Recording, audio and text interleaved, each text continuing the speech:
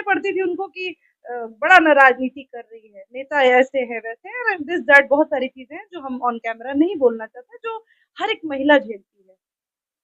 2014 के बाद आदरणीय प्रधानमंत्री जी की एंट्री हुई।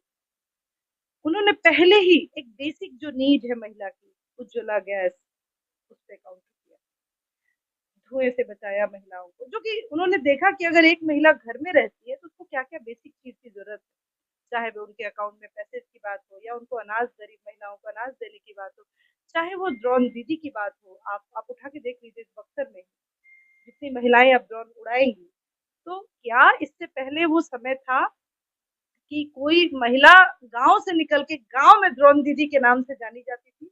ये जो नाम दिया है, मैं सबसे अहम बात बोलूंगी कि जमीन से उठा के, उस चूल्हे से उठा के सदन में बैठाने तक की बात अगर किसी ने की तो आदरणीय नरेंद्र मोदी।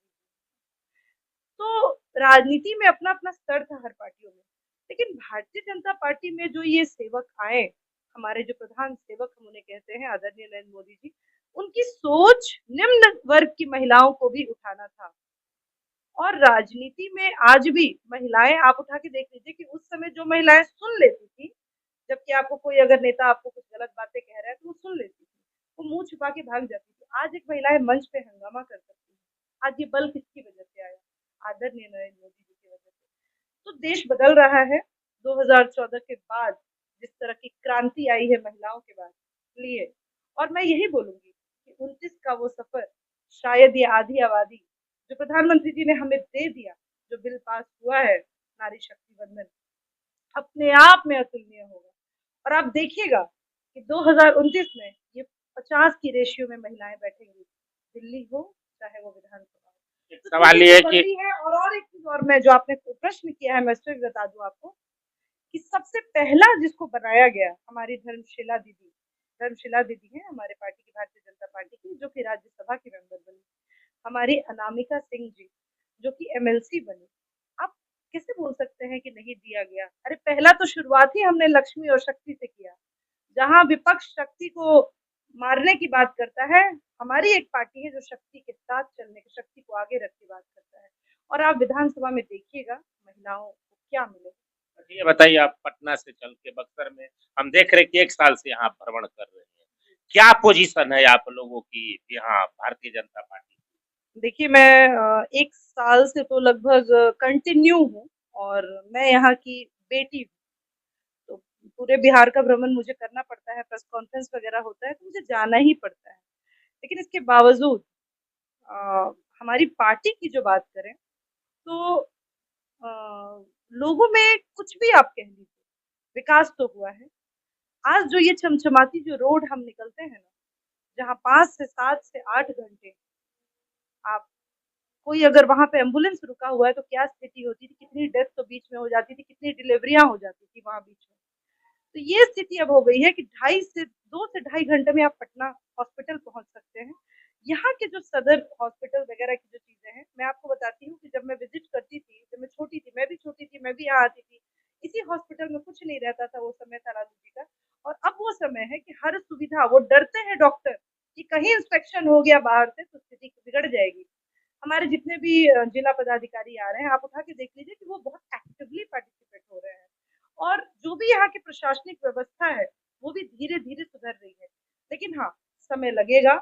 और मुझे लगता है कि बक्सर को बहुत तरीके से अगर विकसित कोई कर सकता है तो आदरणीय प्रधानमंत्री जी के नेतृत्व में ही हो सकता है। अदर सरकार में तो सिर्फ लालटेन का ही राज दिखा पाया था। उनको तो पता था कि महिला अगर निकल रही है, एक बच्ची अगर निकल रही है, तो वो सिर्फ दुष्कर्म के शिकार के लिए महिला को देखते थे, उस गंदी नजर से वो देखते थे। तो हमारा समाज जिस चीज को एक्सेप्ट किया है, और आज बक्सर में दो दो बार आदरणीय अश्वनी चौबे जी सांसद बने, तो आप कैसे कह सकते हैं कि उन्होंने विकास नहीं किया? उन्होंने विकास किया है। हाँ, ये चीजें हैं कि विकास की जो धारा थी अब वो तेजी से बढ़ेगी, क्योंकि आदरणीय प्रधानमंत्री जी के मैनिफेस्टो में जितनी चीजें थी उन चीजों पे भी काम करना था पूरे देश में। और देश को पहले बैलेंस करना था प्रधानमंत्री जी को। एक बैलेंस वे में जाने के बाद अब जो रफ्तार आएगी, आप 47 की बात कर रहे हैं, विकसित भारत की बात कर रहे हैं, तो आप देख लीजिए 10 साल में ये योद्धा वो कर सकता है कि देश को झुका सकता है, रामलला का मंदिर बना सकता है, 3 तलाक जैसे। और सबसे बड़ी बात कि जिस पाकिस्तान को गर्व होता था कि कश्मीर हमारा है, आज कश्मीर हमारा है, हम झंडा वहां फहरा सकते हैं, हम वहां काम कर सकते हैं। वहां पे कश्मीरी पंडितों की बच्चियों के साथ जिस तरह का दुष्कर्म होता था, आज हिम्मत है कि कोई छू दे? प्रधानमंत्री है ये, नरेंद्र मोदी है ये। तो इसने तो दिखा दिया कि विदेश भी नतमस्तक है। अब सोचना नहीं है इससे। क्या लग रहा है कि 400 पार होगा? देखिए 400 पार तो जरूर होगा, 100% पार होना है। आप इसकी गारंटी मुझसे ले लीजिए।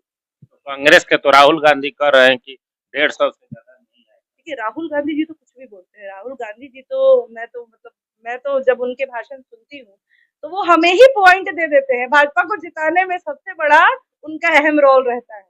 वो हमें पॉइंट दे देते हैं क्योंकि वो बेतुकी बातें करने लगते हैं।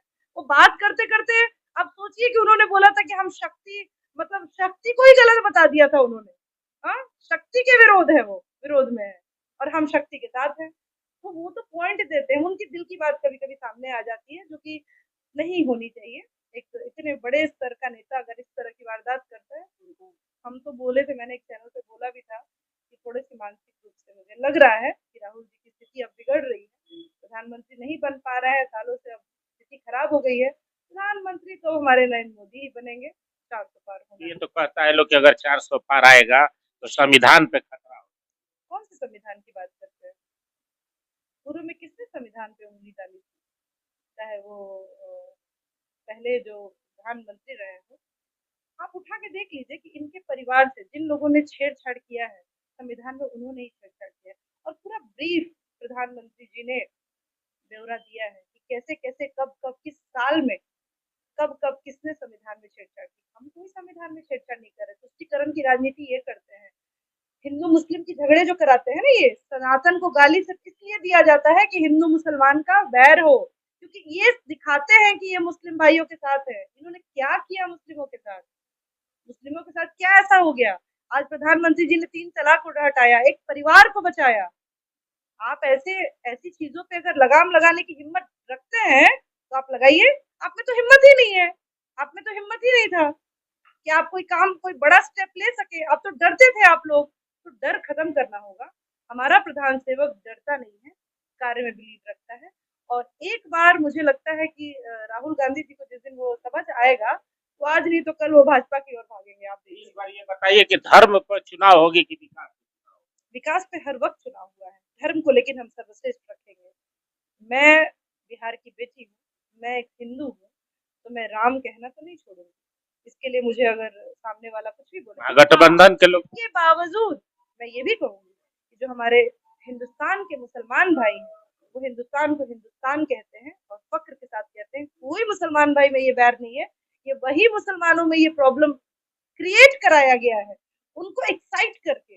अरे आप बता दीजिए मुझे कि आप कौन सी ऐसी योजना है जो मुसलमान भाइयों के लिए नहीं है? देखिए जब मुसलमान भाइयों में जब इंटेलेक्चुअल होने लगे लोग, जब पढ़ने लगे बच्चे, जब महिलाएं पढ़ने लगी, तो लोग जान गए हैं कि ये सब झगड़े कराते हैं ये लोग। ठीक है ना? और हम काम कर रहे हैं, अपने मुसलमान भाइयों के लिए भी काम कर रहे हैं। मैं दीनदयाल अंत्योदय योजना में, मैं आपको बता रही हूँ कि सबसे ज्यादा मैंने अगर किसी को चेक दिलवाया है तो मुसलमान भाइयों को दिलवाया है, आवास योजना में। ठीक है? तो वो 50-50 का हमने रेशियो रखा था। और हम क्या गलत कर रहे हैं?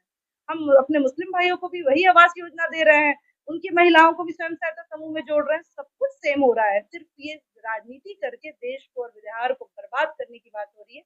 इससे ज्यादा कुछ नहीं हो रही है। महागठबंधन महागठबंधन के लोग तो कह रहा है कि सिर्फ भाजपा जो है हिंदू मुसलमान करता है। देखिए जो आपके मन में रहेगा, लाइक मान लीजिए कि आप जिस प्रकृति के इंसान हैं, आप सबसे पहले काउंटर वही करेंगे। आप तो इसी प्रकृति के हैं। आप चाहते हैं, आप मुझे एक चीज बताइए, जो हमारे अपोजिशन में लोग हैं वो हिंदू नहीं है? मैं पूछती हूँ, हिंदू नहीं है वो है हिंदू। और हिंदू होके आप राम नहीं कहते हैं? आप बोलिए ना अल्लाह। किसने रोका है आपको अल्लाह कहने से? अल्लाह, राम, रहीम सब एक है।